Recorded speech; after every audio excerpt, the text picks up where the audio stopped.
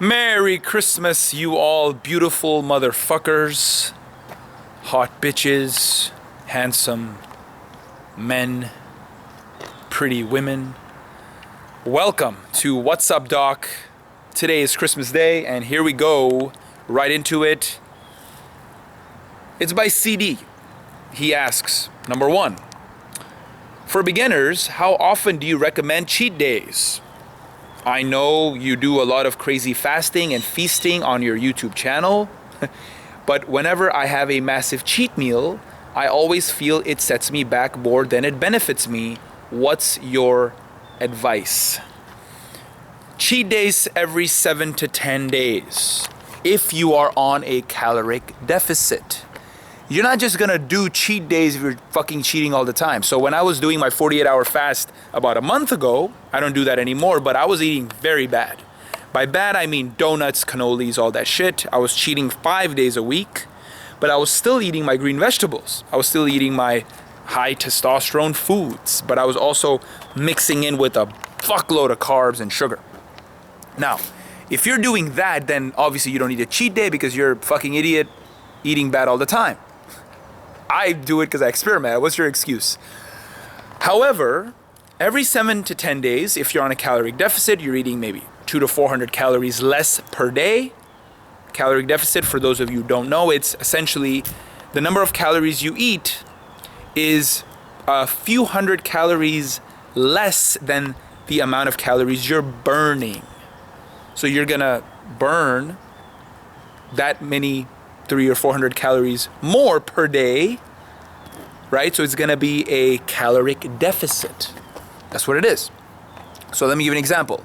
Let's say you are eating 2,000 calories a day, but throughout the day, when you're breathing, you're walking, you're digesting, you're exercising, you burn 2,500 calories. So you're on a 500 calorie deficit. And that is how you will lose weight. Muscle and fat. Now, if you want to only lose fat, then you have to follow certain protocols by watching my videos and reading my books and so on. So, one example of advice, if you're gaining more weight than you had on before, is weigh yourself at the right time. A lot of people don't know how to weigh themselves. Such a simple fucking thing. When you wake up in the morning, first of all, your water has to be depleted. So you go urinate, go fucking pee. After you pee, all your water is gone. That's when you weigh yourself. And that is when you weigh yourself every day when you're measuring. So don't one day measure after you eat a big fucking dinner and one day you measure on an empty stomach in the morning. That doesn't make sense. Of course you're gonna have, that's a confound. It doesn't make any sense. So be consistent with your weight measurements. A lot of people don't do it like that. The reason for that is you want to make sure it's not just water weight one day, fat one day, you know what I mean? So try to do it like that. Recommendations for cheat days? Cheat clean, bro. You just need a lot of calories. You don't need to go on a binge sugar thing. I mean, unless you're craving. If you are, fine, do it, right? Go binge. But it's not working out for you. Try to eat clean when you cheat. No, it's hard. Or, work out 2 times a day, dude. I mean, do strength training. Go lift heavy weights. Maybe your exercise routine is shitty. That's what I'll tell you for that. Number 2, what is your opinion on NoFap or not jerking off? I have been increasing my testosterone for a week or 2 now, and my sex drive has shot up. So when I am not fucking my girlfriend, stop saying fuck, dude. It's bad word. I want to jerk off. Is this helping me or setting me back? Okay, so again, I'm writing a book about this, jerking off and testosterone. So look at that in the coming weeks, months, whenever it's published. If you have to jerk off, why aren't you just having sex with your girlfriend instead of jerking off? Why don't you just spend more time with her? Now, if you're getting bored with the sex, then I recommend switching it up. Do some interesting stuff. Go to a sex toy store and buy some gadgets and use that shit. Role play. Role playing really helps to keep things spicy for you. Okay? Now, in terms of jerking off, in general, I don't recommend it.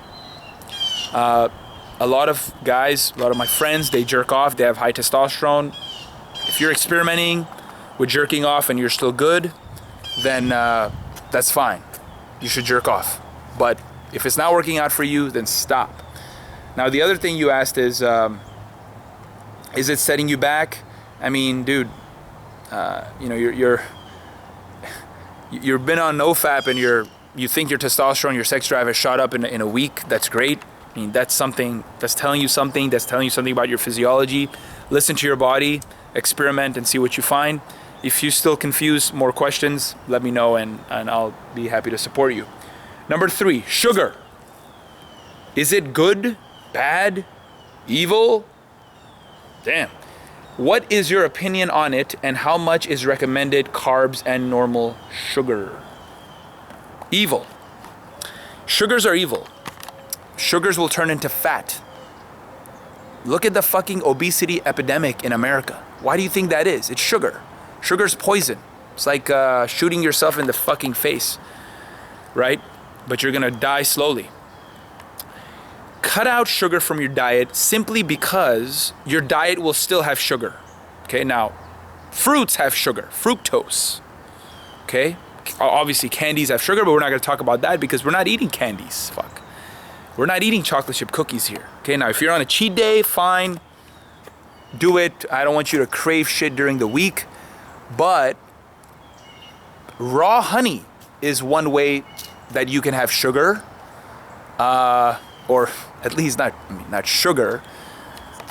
You will have a sweet taste, which will be like sugar, and you will satisfy your craving. So a lot of the times, I'm putting honey in my smoothies, in my shakes, and in my coffee.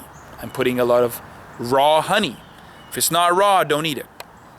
So cut out sugar from your diet completely. Even with that, you will be eating a lot of sugar because you're eating fruits, bananas, blueberries.